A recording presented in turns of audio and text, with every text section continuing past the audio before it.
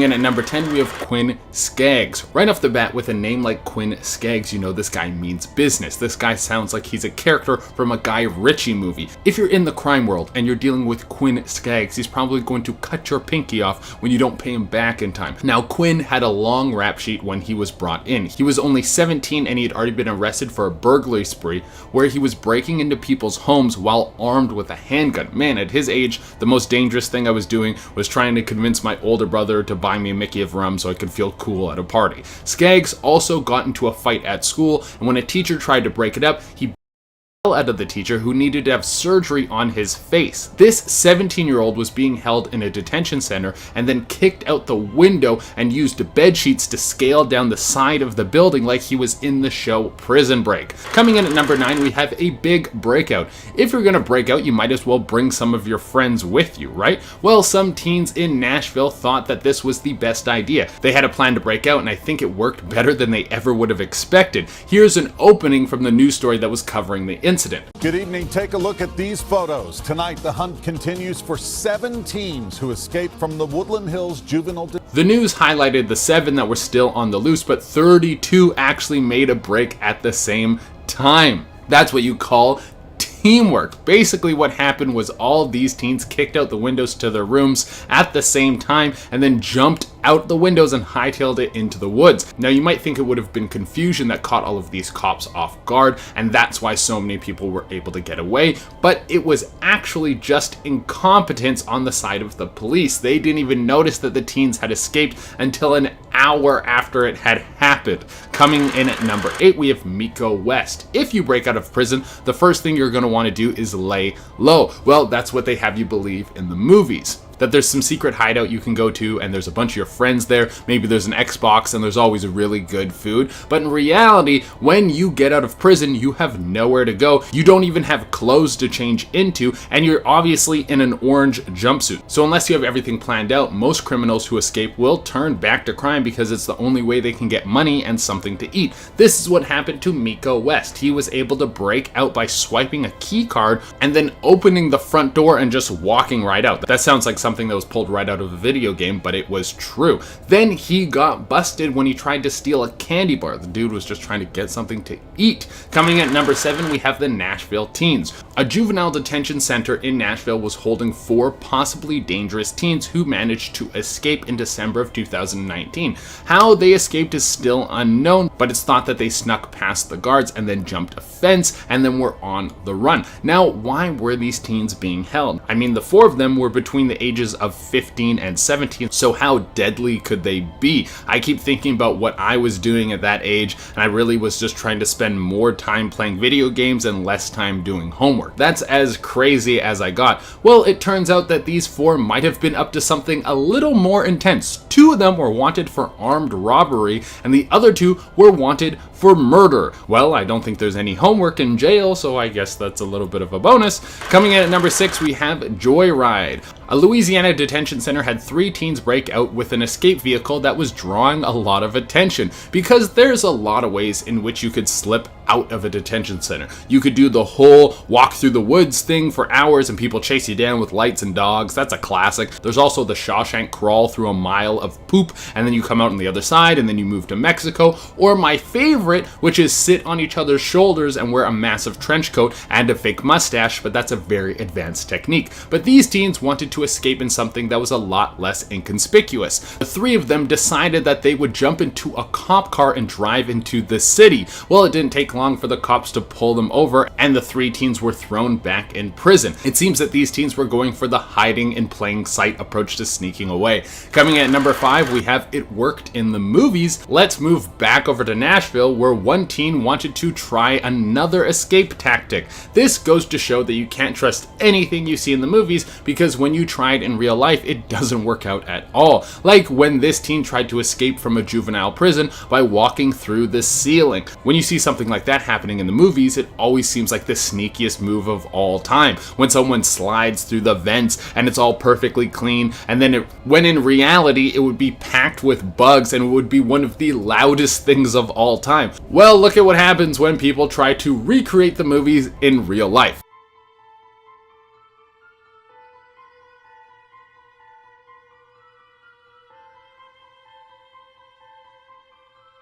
As you can see from the clip, they could hear him walking around in the ceiling, and eventually he came smashing through the drywall. You know what? I'm gonna give this guy an A+ for trying and even getting into the ceiling in the first place. Even though his plan didn't come together, it's still very bold. Coming in at number 4, we have Bretan McAuliffe. This one is actually terrifying. Bretan McAuliffe was arrested for attempted murder. He was only 16 years old, so they put him into a juvenile correctional facility. He was meant to serve all of his time there, but while staying at the facility, they thought it would be a good idea to include him in a program that would help troubled youth find work while they were serving time. So he was given a job as a construction worker, and it seemed like things were going well until one day he just vanished. He literally just walked off the job site. A very simple escape plan, but an effective one. This is where the story gets even crazier. Bretan was on the run for over a month, and in this time he stole a...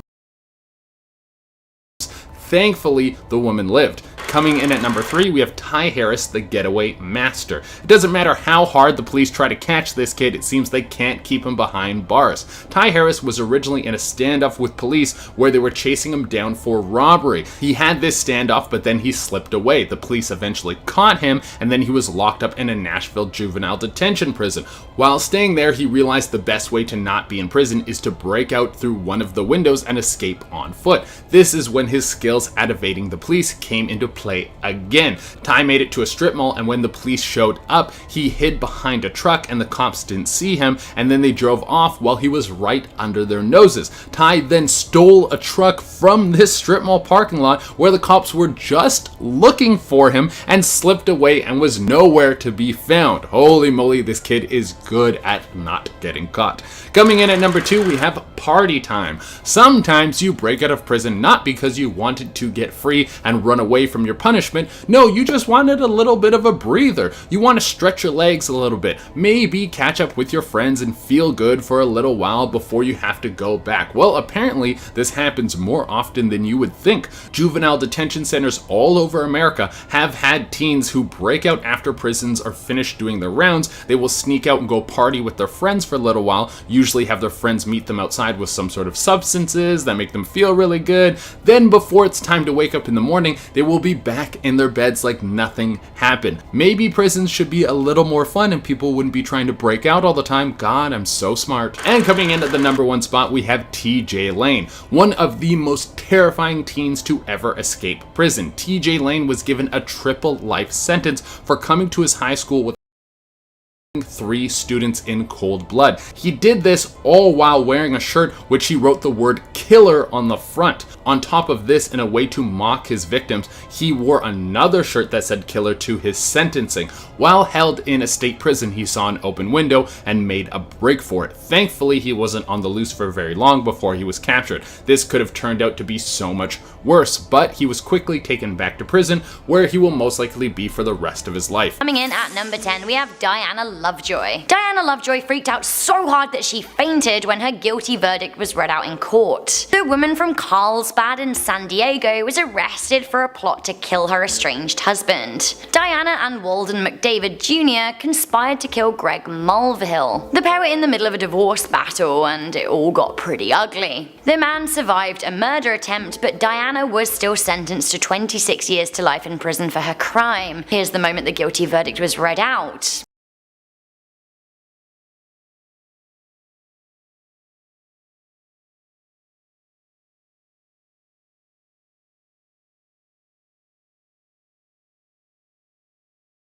That's right, she straight up conked it in court. She was taken away in a stretcher. Coming in at number 9, we have Alexandria Thomas. Alexandria Thomas and her mother broke down during a hearing at the Palm Beach County Jail in Florida. The woman was accused of her boyfriend to death outside a supermarket in Palm Beach. She was standing before a judge who told her her boyfriend was in a medically induced coma. The woman soon understood how serious the charges against her were, and this was her reaction.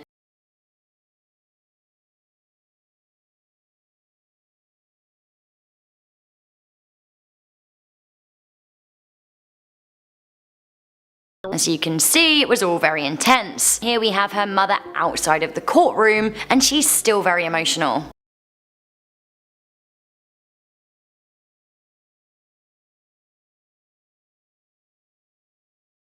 Coming into number 8, we have Andrea Cook. Andrea's reaction to her sentencing went so viral that we could not discuss it in this video. The then teenager received 20 years for carjacking in an elaborate dating app plot that ended in the of another teenager. At the time, Andrea was 18, and when she was read her 20-year sentence, this is what happened first.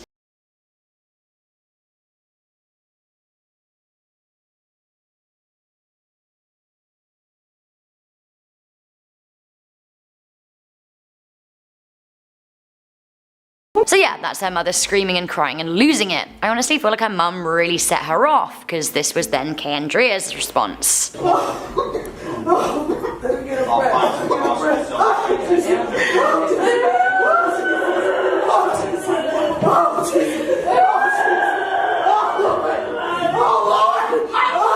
Yep, neither of them took it well. It was very emotional, and honestly, it's pretty stressful to watch. Coming into number 6, we have Kayla Ray Norton. So this actually wasn't a life sentence, but it was a pretty long sentence and a fierce reaction. White supremacist Kayla Ray Norton and Jose Torres gatecrashed a 8-year-old's birthday party with guns and a Confederate flag in Douglasville in July 2015. Now the pair were just part of a wider group, but the group did repeatedly use the to the children. Now this was deemed as racially motivated. It also came a month after fellow supremacist Dylan Roof killed 9 African Americans in a church, so it was a very sensitive time. Anyway, we can all agree that this was awful behaviour from Kayla and friends, and this was her reaction to her 6-year sentence.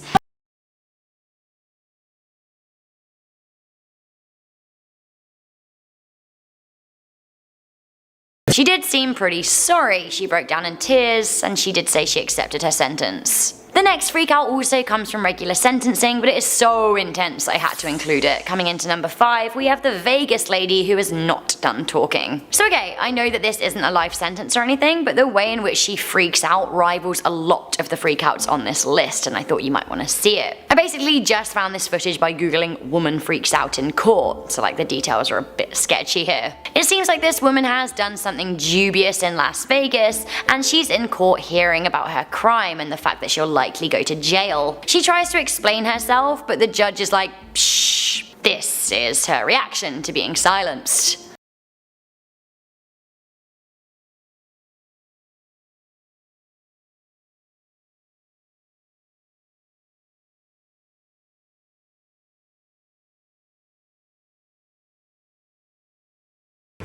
Whoa. The leg kicking is super intense. Then, when you think that she's been calmed, she comes out with this.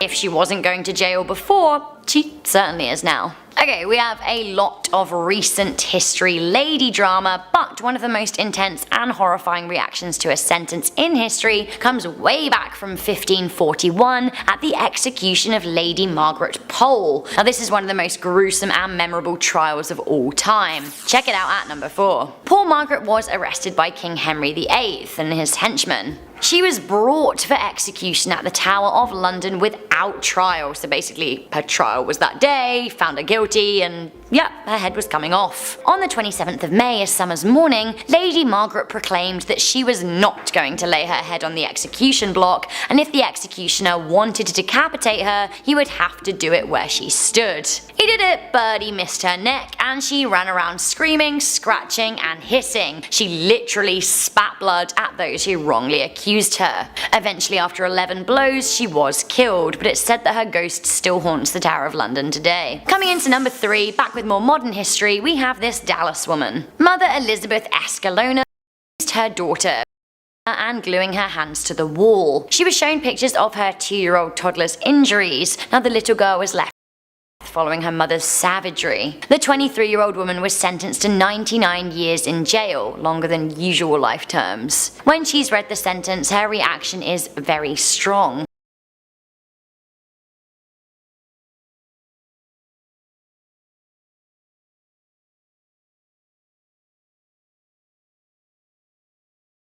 We can't see her face, but her body doubles over in shock. She cries, but the real freak out comes from the woman's mother, who screams the house down.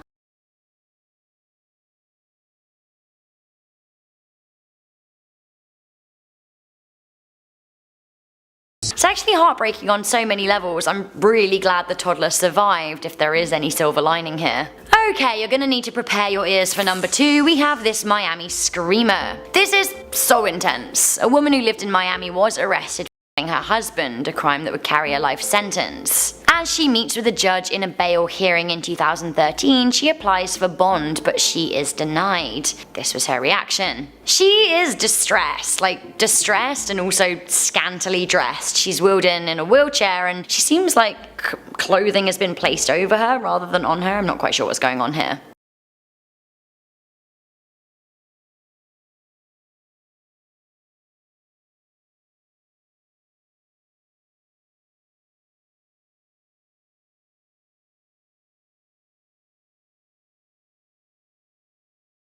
Anyway, she screams that her husband broke her legs, seeming to confess to the killing but in self-defense. Seriously, she is screaming at that judge. Finally, coming into number 1, this is one of the most dramatic things I have ever seen in some courtroom footage. We have the trial of Erica Mae Butts and Shanita Latrice Cunningham. A double whammy and truly, truly sad. The pair were sent to prison for the rest of their lives, toddler Serenity Richardson to death. The child's godmother, Erica Mae, and her lover, Shanita, with their defense being, and I quote, "We didn't know what we did would kill her," right? The women caused a courtroom stir. In November 2011, when their sentences were read, first cries and screams are heard as the sentences run out. Then, things get even more dramatic. Both of the women on trial collapse and fall to the floor. The screams we then decipher are coming from the gallery from Erica Mae's mother. It's honestly one of the most intense things I've ever seen. The women are attended to by medics and the mother is escorted out by security, but she's screaming out the door. The whole thing is total chaos. We hear another woman screaming, "Get up, Erica!" Like, she's fainted, I really don't think she can hear you. Then as she comes to, she's dragged out of the courtroom on a wheelie chair, and her girlfriend before her was too, and it's all very intense. She's hyperventilating very loudly, and I just want done with this footage.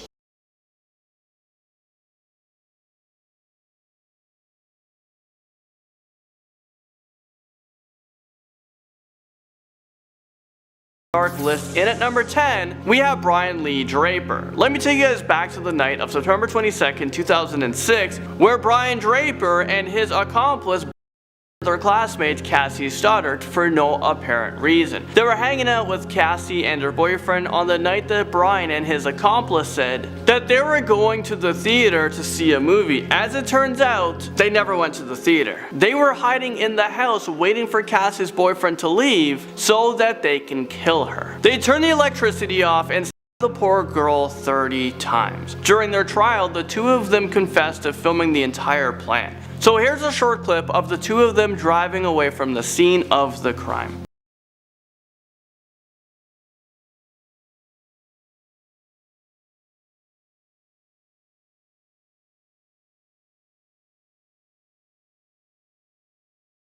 How sick and morbid is this? It just seems like they're so proud of what they've just done. Well, they were quickly picked up and interrogated, and they were arrested because their fake alibi fell through, and they were sentenced to life in prison without the possibility of parole. Keep in mind that they were only 16 when they decided to brutally murder their friend. John Silva stabs his way onto this list at number 9. He was only 15 years old when he was convicted of first-degree murder after he and dumped his body in a septic tank. He was convicted of first-degree murder, and when he was sentenced to life in prison without parole, he didn't show any emotions. If he was an adult, he could have faced the death penalty because he even admitted to kidnapping his friend, forcing him to go to the woods, and then him to death. What a brutal crime. Even though he admitted to doing all of that, he never explained why he did it. So yeah, this guy sounds like a serial killer in the making. The police even found a note at the scene of the crime, and on that note it said list to prepare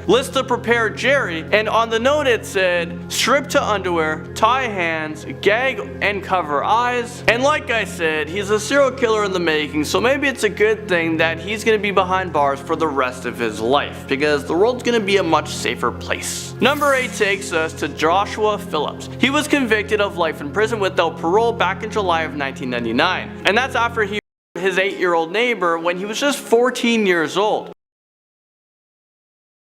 stabbed Maddie Clifton to death. He stuffed her lifeless body underneath his waterbed, but she wouldn't stay hidden for long. Joshua's mother came into his room days after the murder and found the dead body, which led him to confess to this murder. He said that they were playing basketball outside and he accidentally hit her on the head with his bat. He said he panicked and then killed her because he was scared of what his father would think. And I don't know, it seems like you killed her because you are a psychopath. This was no accident. Here's a clip of Joshua that was filmed 1 decade after the murder.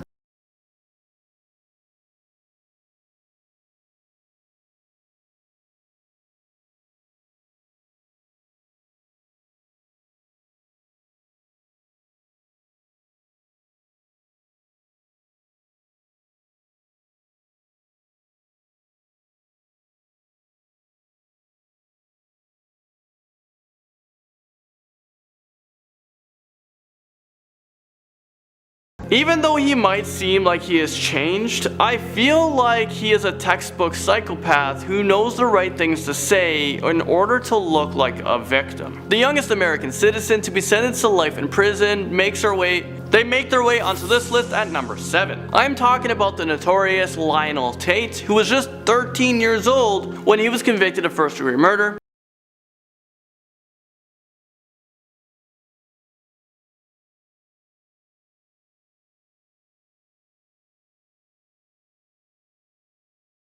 Back on July 28, 1999, Lionel was left alone with a 6-year-old friend in the basement. The two of them were downstairs playing when all of a sudden Lionel came upstairs 45 minutes later to tell his mother that the little girl wasn't breathing. He said that they were wrestling and he had her in a headlock and then smashed her against the table. An autopsy revealed that he had stomped on her so hard that he actually lacerated her liver, fractured her skull and ribs, and her brain was very swollen. During the trial, the prosecution said that these injuries can be compared to falling from a 3-story building. He was sentenced to life in prison without parole, and the judge said that the acts of Lionel Tate were not the playful acts of a child. The acts of Lionel Tate were cold, callous, and cruel. Moving on to number 6, let's talk about Courvoisier Sims.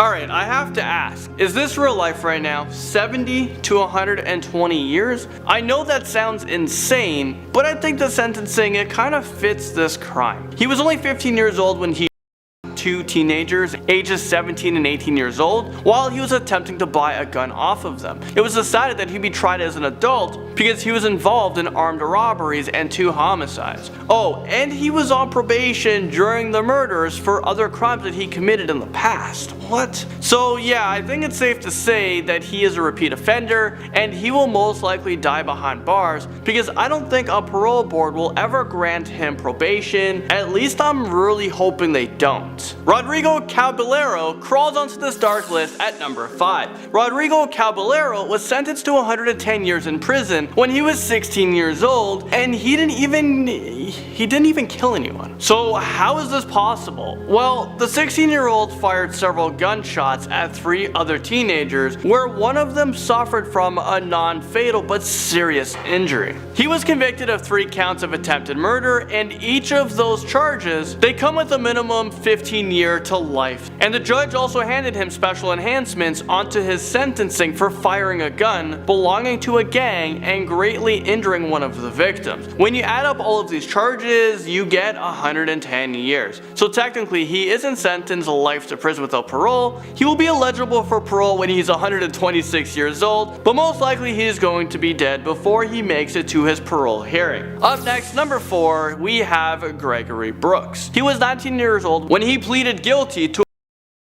the parents of a former talk show host. Gregory Brooks and his accomplices beat them, stole $50, a rifle, jewelry, and other items, then they locked the couple in a closet. Later, one of the accomplices said, He would return to the house to finish them off. The judge gave him 60 years for each of the 2 counts of murder and robbery charges, and just moments after he was sentenced to 120 years, his father told reporters that despite his son having a good, supportive upbringing, he was influenced by gang members with negative motives. Could you imagine being sentenced to 120 years in maximum prison at such a young age? Your whole life is just gone. He will literally die and rot behind bars for the rest of his life because of one stupid night. Moving up this list, at number 3, we're talking about Eddie Devine. This case is pretty intense, so prepare yourselves. He was only 13 years old at the time when him and his friend forced a woman into a car where they drove around for hours while they Thankfully, the woman was able to escape when the teenager stopped for gas, but she will be scarred for the rest of her life. Eddie Devine pleaded guilty to 2 counts of armed carjacking, 3 counts of armed robbery, 3 counts of kidnapping, and 2 counts of sexual battery. This kid isn't even old enough to go around the block by himself, and he's already committing all of these horrible crimes. To make things even worse, he told police that he was armed with a knife and he threatened to kill the woman before they stole her SUV. I'm pretty sure when I was 13, I was collecting Pokemon cards. I wasn't going around committing all these crimes. Eddie Devine did not get off lightly. He was sentenced to a total of 130 years in prison. Kenneth Young sneaks onto this list at number 2. He was only 14 years old when his mother's drug dealer forced him to get involved in a series of armed robberies. During one heist, Kenneth was caught, convicted, and sentenced to 4 consecutive life sentences. So basically, he was sentenced to be thrown behind bars without ever having a chance of being released, and he didn't even injure or kill anyone. Let's hear from Kenneth Young.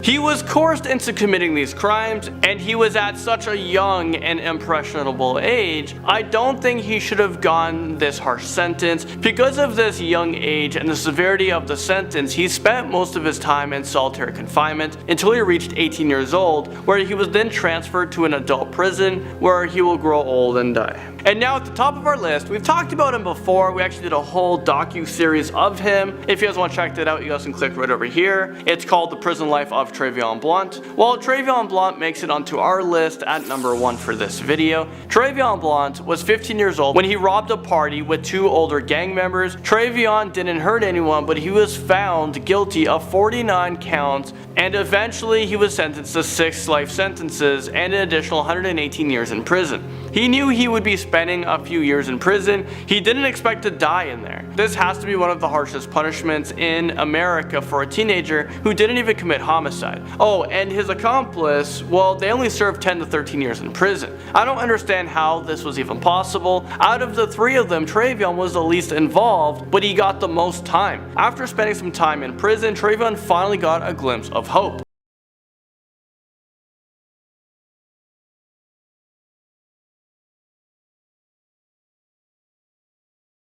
I mean, what the heck? His sentence was reduced from 6 life sentences plus 118 years to just 14 years. This makes me wonder what the heck was wrong with the original judge. I think his license should be put into question because I have no idea what was going through his mind. Maybe he was severely power tripping that day. He was just so pissed off. He's like, I'm giving you life, plus life, plus life, plus life, plus life, and plus life, and if that's not enough, plus 118 years, just in case. In our 9th spot, we have Jalen Flores. 18-year-old Jalen Flores was ruthless the night she killed a man named Eric Fisher. That night, she hit Fisher with her car, slamming him through a fence. Then she backed up, hit him again, and then dragged his body down the street. This was all witnessed by the man's family. During her sentencing, she broke down reading an apology note to to the Fisher family. But the judge did not buy her apology. He even called her out, saying, and I quote, "The tears I'm seeing from the defendant are crocodile tears. Didn't matter how much she cried and choked on her words, she was still sentenced to life in prison." Moving on to number 8, we have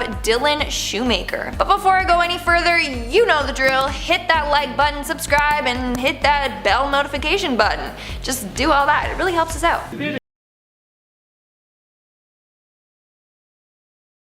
17-year-old Dylan Shoemaker was arrested and convicted of murder and abuse of his girlfriend's child. He was asked to babysit the child, but when his girlfriend returned home, he had been killed. Apparently, the kid wouldn't stop crying, and so he turned to extreme measures. But in court, Dylan was the one that couldn't stop crying. He burst into tears while delivering his final statement. Now, apparently before he entered the courtroom, he told the guards that they should watch the performance that he was going to put on. So it could just be that him crying his eyes out was all just one big act to get out of his sentence. Didn't work though. Coming in at number 7, we have Jacob Morgan. In 2015, Jacob Morgan set fire to his house that led to the death of his younger brother. Now, Jacob argued that he didn't do it intentionally. The fire was an accident and he tried to save his brother, but before he knew it, the whole home was engulfed in flames. But Jacob loved playing with fire, and weeks prior he actually set his room on fire but was able to quickly put out the flames. In court, Jacob could not keep it together. While bawling his eyes out, Jacob can be seen praying.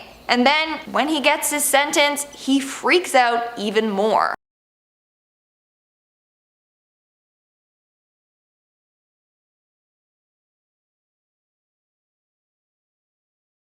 Moving on to number 6, we have Antonio Barbeau. Antonio Barbeau was only 13 years old when him and his friend killed his great-grandmother. Apparently, the two wanted money for pizza and weed and thought to do so by killing the grandmother and stealing her money and jewelry. Let me repeat that again. They killed an elderly woman all for pizza and weed. That's ridiculous. Well, both were found guilty, obviously, and sentenced to life in prison with eligibility for parole in 36 years. During Antonio's hearing, he breaks down while reading his statement. His lawyer then had to finish it for him.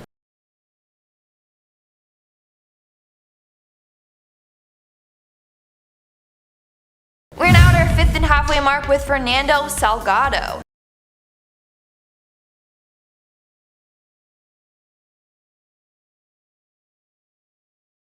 So in 2012, Fernando attacked one of his classmates with a weapon, and then he tried to insert another up the classmate's rectum. As a result, he was charged with assault with a deadly weapon and 1 count of attempted assault with a foreign object. After receiving his sentence, Fernando broke down. He can be heard begging to let go when he's seen fighting with the guards. He's resisting with all his might, trying not to be put in prison. In our 4th spot, we have Spencer Lewis. Spencer Lewis was involved in an armed robbery gone wrong. He attempted to rob 2 brothers of their weed, money, and video games, but Lewis ended up the 2 brothers. He said he got scared during the robbery and that's why he fired. On Spencer's hearing, he entered the court smirking, acting all cocky and confident, which later turned into tears.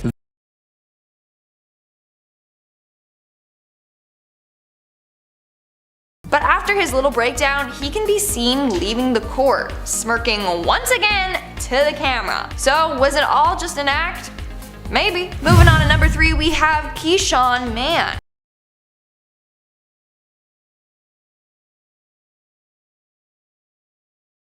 I think this teen has to be the youngest convict on the list. Keyshawn Man was only 13 years old when he shot and killed his mother's boyfriend, Jermell Stokes. He claimed that the boyfriend was mistreating him. Back in 2012, Keyshawn grabbed his mother's handgun, snuck up behind Jermell, and shot him in the back of the head. But his defense argued that the shooting was accidental. After he received his sentence, the courtroom went crazy. Keyshawn's family members were yelling and screaming, saying that he's innocent. And then one man got tackled and then removed from the court. Coming in at number number 2, we have the collapsing duo. In this video, you can see Erica Mae Butts and Shanita Latrice Cunningham both resisting being taken away after learning that they would spend the rest of their lives locked away. Now, Landon and I did react to this video in our courtroom freakout video, so go check that out. But now I did some research and found out what they were in for. So Erica and Shanita were convicted of killing a young girl back in 2009. Apparently they were looking after her, but instead were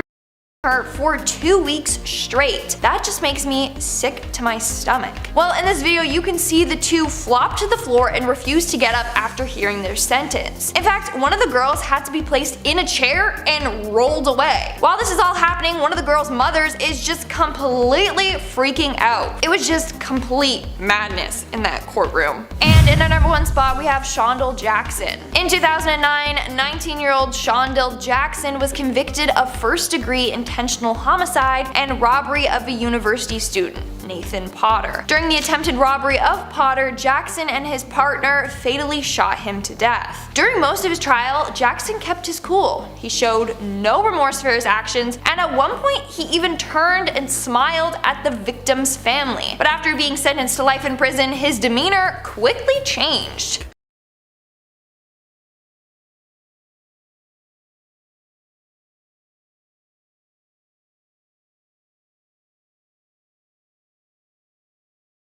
He became angry and started cursing at the judge. He stood up to leap at the judge, but officers were there to quickly take him down and then pepper spray him. And that's